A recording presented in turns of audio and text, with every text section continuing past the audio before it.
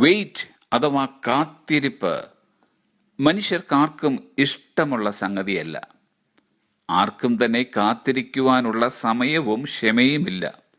എങ്കിലും നിർബന്ധിതരായി പല കാര്യങ്ങൾക്കുമുള്ള കാത്തിരിപ്പിന് മനുഷ്യർ വഴങ്ങേണ്ടി വരുന്നു. ദൈവത്തിന്റെ നിഘണ്ടുവിലും കാത്തിരിപ്പ് എന്ന ഒരു കാര്യമുണ്ട്. സ്വർഗത്തിലെ ഒട്ടുമുക്കാൽ അനുഗ്രഹങ്ങളും കാത്തിരിപ്പ് എന്ന നിബന്ധനയോടുകൂടി നൽകുന്നതാണ്. നമ്മുടെ ജീവിതത്തിന്റെ പുറകോട്ടൊന്ന് തിരിഞ്ഞു നോക്കി ദൈവം ചെയ്തതായ വിധങ്ങൾ ഓർത്താൽ നാം മനസ്സിലാക്കുന്നത്, ഒന്ന്, ദൈവത്തിന്റെ മനസ്സിൽ നമുക്കായി ശ്രേഷ്ഠമായ പദ്ധതികൾ ഉണ്ടായിരുന്നു. രണ്ട്, നാം കാര്യങ്ങൾ കൈകാര്യം ചെയ്യുവാൻ തയ്യാറായ സമയത്ത് നാം പക്വത പ്രാപിച്ചിരുന്നില്ല. നാം എപ്പോഴാണ് പക്വത പ്രാപിച്ചതെന്ന് ദൈവം അറിഞ്ഞിരുന്നു. ഇന്ന് നാം ആരായി തീർന്നുവോ, എങ്ങനെയായി തീർന്നുവോ, അതിൻ്റെയൊക്കെ പിന്നിൽ ഒരു കാത്തിരിപ്പുണ്ടായിരുന്നു. നാം അഭിമുഖീകരിച്ച കാത്തിരിപ്പ് ദൈവത്തിന്റെ കലണ്ടറിൽ കുറിച്ചു വച്ച കാത്തിരിപ്പുകളായിരുന്നതുകൊണ്ട് അതൊക്കെ നമുക്ക് അനുഗ്രഹങ്ങളായി മാറി.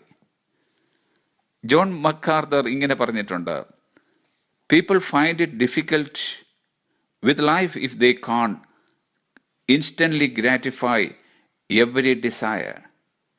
എല്ലാ ആഗ്രഹങ്ങളും തൽക്ഷണം തൃപ്തിപ്പെടുത്താൻ കഴിയുന്നില്ലെങ്കിൽ ആളുകൾക്ക് ജീവിതം ബുദ്ധിമുട്ടാണ്. They want to eliminate every discomfort, difficulty, injustice or deprivation instantly. എല്ലാ അസ്വസ്ഥതകളും ബുദ്ധിമുട്ടുകളും അനീതികളും ഇല്ലായ്മകളും തൽക്ഷണം ഇല്ലാതാക്കാൻ അവർ ആഗ്രഹിക്കുന്നു. Scripture response with to revolutionary concepts: heavenly mindness and delayed gratification. വിശുദ്ധ ഗ്രന്ഥം രണ്ട് വിപ്ലവകരമായ ആശയങ്ങളുമായി പ്രതികരിക്കുന്നു: സ്വർഗീയ ചിന്തയും കാലതാമസമുള്ള സംതൃപ്തിയും.